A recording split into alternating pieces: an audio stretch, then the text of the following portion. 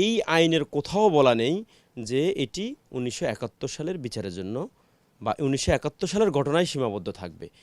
দর্শক, কালের কণ্ঠের আইন আদালতে আপনাদের সঙ্গে আছি আমি জুনায়েদ আল হাবিব এবং আমার সঙ্গে রয়েছেন বাংলাদেশ সুপ্রিম কোর্ট ও আন্তর্জাতিক অপরাধ ট্রাইব্যুনাল একজন আইনজীবী আব্দুল সাত্তার পালোয়ান। তিনি দীর্ঘদিন যাবৎ বাংলাদেশ সুপ্রিম কোর্টের পাশাপাশি আন্তর্জাতিক অপরাধ ট্রাইব্যুনালে তিনি প্র্যাকটিস করছেন এবং আপনার সঙ্গে আমরা এই মুহূর্তে যুক্ত হতে চাই যে আপনারা গতকাল একটি মামলা করেছেন এবং সেই মামলাটা ছিল যে গণহত্যার অভিযোগে কিন্তু আপনারা সাবেক সরকার প্রধান শেখ হাসিনা সহকারে 10 জনের বিরুদ্ধে মামলাটি করেছেন। এখন আমাদের অনেকে জানতে চান, বিশেষ করে দেশে বিদেশে অনেকখান থেকে প্রশ্নটি করা হচ্ছে যে 1971 সালে যে গণহত্যা ঘটেছিল তারপরে কিন্তু সেই প্রেক্ষাপটকে ঘিরে কিন্তু আন্তর্জাতিক অপরাধ ট্রাইব্যুনাল গঠিত হয়েছিল, সেই প্রেক্ষাপটকে বিচার হচ্ছে। এখন আসলে 1971 সালে যে গণহত্যাকে কেন্দ্র করে গঠিত ট্রাইব্যুনালে সাম্প্রতিক সময়ে যে আসলে গণহত্যা হয়েছে, যে অভিযোগটা আপনারা তুলছেন, সেটা আসলে কীভাবে বিচার সম্ভব একটু বলবেন? আপনাকে ধন্যবাদ এবং কালের কণ্ঠের দর্শকদেরকেও ধন্যবাদ জানাচ্ছি। আসলে এটি একটি স্পেশাল ল। এইটার প্রয়োগ আমাদের দেশে একটি ক্ষেত্রে প্রয়োগ হয়েছে, সেজন্য আমরা সবাই জানি যে আন্তর্জাতিক অপরাধ ট্রাইব্যুনাল বাংলাদেশ এটি শুধুমাত্র 1971 সালে যে যুদ্ধকালীন সময়ে যে অপরাধগুলো সংগঠিত হয়েছে সেটার বিচারের জন্য গঠিত হয়েছে। কিন্তু আইন কিন্তু তাই বলছে না। এই আইনের কোথাও বলা নেই যে এটি 1971 সালের বিচারের জন্য বা 1971 সালের ঘটনায় সীমাবদ্ধ থাকবে। এখানে বলা হয়েছে যে এই আইন যখন প্রণীত হয়েছে 20 July 1973 international crimes tribunal act 1973, এটির ওই তারিখের পূর্বে এবং পরে সংগঠিত অপরাধের বিচার করার ক্ষমতা থাকবে হচ্ছে আন্তর্জাতিক অপরাধ ট্রাইব্যুনালের। এবং এই আইনের ধারা 3-1 মানে উপধারা 1 সুন্দর করে স্পষ্টভাবে বলা আছে। আমি দর্শকদেরকে সেটি পড়ে শোনাতে চাই। আন্তর্জাতিক অপরাধ ট্রাইব্যুনাল আইন 1973 ধারা 3-1 কি বলা আছে? এ tribunal shall have the power to try and punish any individual or group of individual. Tribunal shall have মানে অবশ্যই সে পারবে কি করতে? শাস্তি দিতে, বিচার করতে ইন্ডিভিজুয়াল কোনো ব্যক্তিকে বা গ্রুপ অফ ইন্ডিভিজুয়াল, যেমন সরকার প্রধান শেখ হাসিনা এবং তার সাথে যারা মন্ত্রী পরিষদ আছে তাদেরকে, অথবা আওয়ামী লীগ, যুবলীগ, ছাত্রলীগের যারা এই অপরাধগুলো করেছে তাদেরকে, or any member of any arm force, defence, auxiliary force irrespective of his nationality. এবং মানে পরিচয়হীনভাবে যেই কোনো দেশের জাতীয়তা হতে পারে, এরকম যেই কোনো দেশের সেনাবাহিনী, অক্সিলিয়ারি ফোর্স যে আমাদের দেশের মধ্যে অপরাধ করবে তার বিচার করতে পারবে। এবং কি করতে পারবে? যে ব্যক্তি বাংলাদেশের সীমানার মধ্যে অপরাধ করবে সেকশন 3-2 যেটা বলা আছে। তো সেই ক্ষেত্রে এবং বলা আছে whether before or after commencement of this act any of the crimes mentioned in subsection 2। এটাই হচ্ছে মূল পয়েন্ট, যে whether before, after or commencement of the act। এই আইন 73 সালে প্রণীত এই আইনের পূর্বেও হতে পারে, পরেও হতে পারে। এই নিম্নে বর্ণিত যে অপরাধগুলোর কথা বলা হয়েছে এগুলো যদি 71 সালে হোক অথবা এখন পর্যন্ত আজকের দিনেও কেউ যদি এই আইনের 3-2 দ্বারায় বর্ণিত অপরাধগুলো করে, তাহলে 3-1 দ্বারাই বাংলাদেশে অবস্থিত আন্তর্জাতিক অপরাধ ট্রাইব্যুনালের ক্ষমতা রয়েছে তাকে বিচার করতে এবং তাকে শাস্তি দিতে। এখন এখানে বলা হচ্ছে ক্রাইমস অ্যাগেন্স্ট হিউম্যানিটি 3-2-1 কি বলছে, কি অপরাধের বিচার এই আদালত করতে পারবে? Murder, extermination, enslavement, deportation, imprisonment, abduction, confinement, torture, rape, other inhumane, হত্যা, তারপর হচ্ছে দাসত্ব করানো, তারপরে হচ্ছে আপনাকে জেলে নেয়া, আপনাকে যদি দেশান্তরিত করে সেটা করা, আটক রাখা, নির্যাতন করা, ধর্ষণ করা, অথবা অন্য যে কোনো ধরনের অমানবিক কাজ যদি করে, তাহলে এই ট্রাইব্যুনাল বিচার করতে পারবে। এবং এর সাথে আরেকটা সাবক্লজ হচ্ছে 3-2 জেনোসাইড।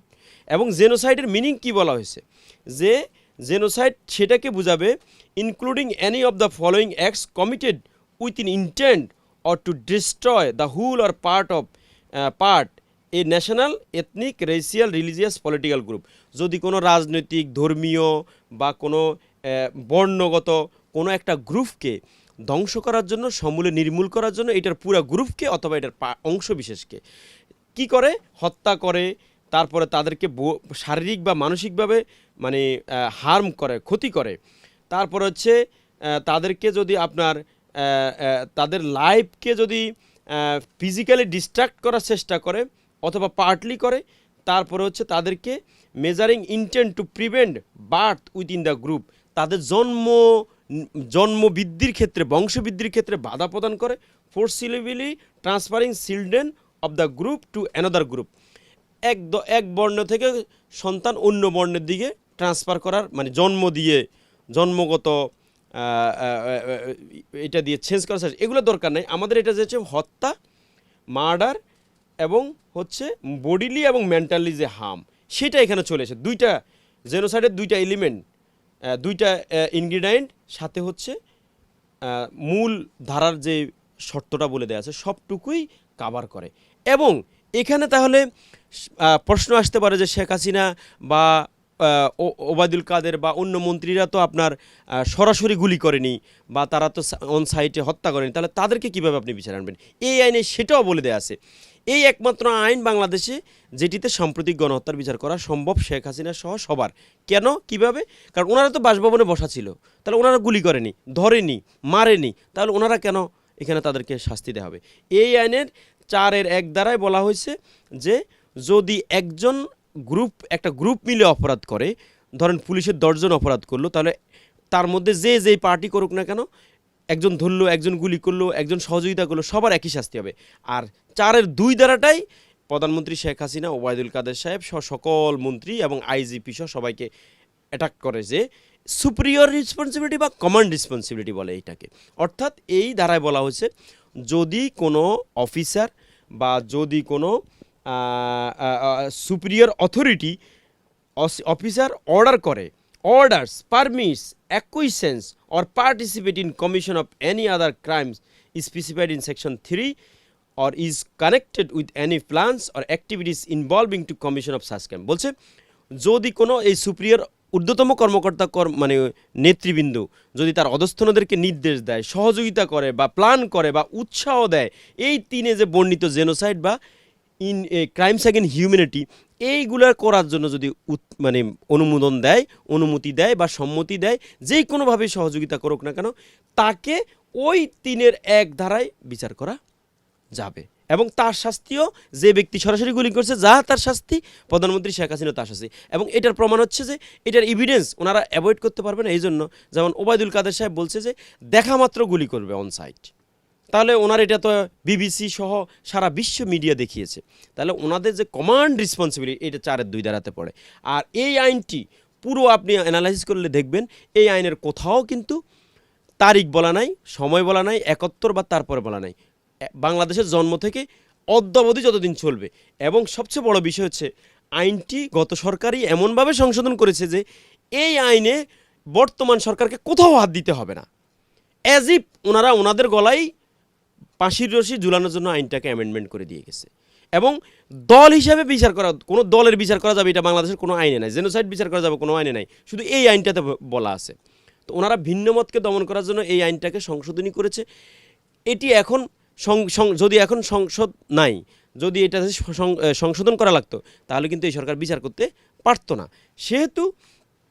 যেহেতু আইনটা গত সরকারই সুন্দর মতো অ্যামেন্ডমেন্ট করে দিয়ে গেছে, আমি আশা করি যে আইন বিশেষজ্ঞ যারা দেখবেন তারাই খুব ভালো করে দেখবেন, সবাই দেখবেন যে এই আইনটাতে খুব সুন্দর করে বিচার হওয়া সম্ভব। এবং এই আইনে সর্বোচ্চ শাস্তি মৃত্যুদণ্ড, এবং জেনোসাইড প্রমাণিত হওয়ার জন্য, ক্রাইমস অ্যাগেন্স্ট হিউম্যানিটি প্রমাণ হওয়ার জন্য যত ধরনের উপাদান রয়েছে আইনে ধারায় বর্ণিত, সবগুলো উপাদান এই 15 জুলাই থেকে 5 আগস্ট পর্যন্ত মানে ঘটেছে। এবং সারা বিশ্বে যে গণহত্যার বিচারগুলো আন্তর্জাতিক অপরাধ ট্রাইব্যুনালসগুলোতে হয়েছে জাতিসংঘের অধীনে, সবগুলোতে মানে যেই পরিমাণ জাজমেন্ট হচ্ছে তার মধ্যে এইটা একটা অন্যতম মানে রক্তাক্ত দগদগে বিচার হবে। কারণ হচ্ছে অন্য আদালতগুলো অপরাধ শেষ হয়ে যাওয়ার 50 বছর পরে বিচার হচ্ছে, 40 বছর পরে, 30 বছর পরে, 20 বছর পরে। আমাদের এখানে 71 সালের ঘটনা 40 বছর পরে বিচার হয়েছে, যার কারণে সাক্ষ্য প্রমাণ ঠিকমতো পাওয়া যায়নি, সরকারকে কিন্তু ফাঁসি দিতে হয়েছে। কিন্তু বলা চলে একরকম তাদের ফোর্সফুল বিচারিক প্রক্রিয়ায়। তো সেক্ষেত্রে এখানে বর্তমান যাদের বিরুদ্ধে আমরা মামলা করেছি তাদের বিরুদ্ধে কিন্তু গণহত্যা প্রমাণ করাটা খুবই সহজ হবে। সো এই আইনে কোনো বাধা নেই।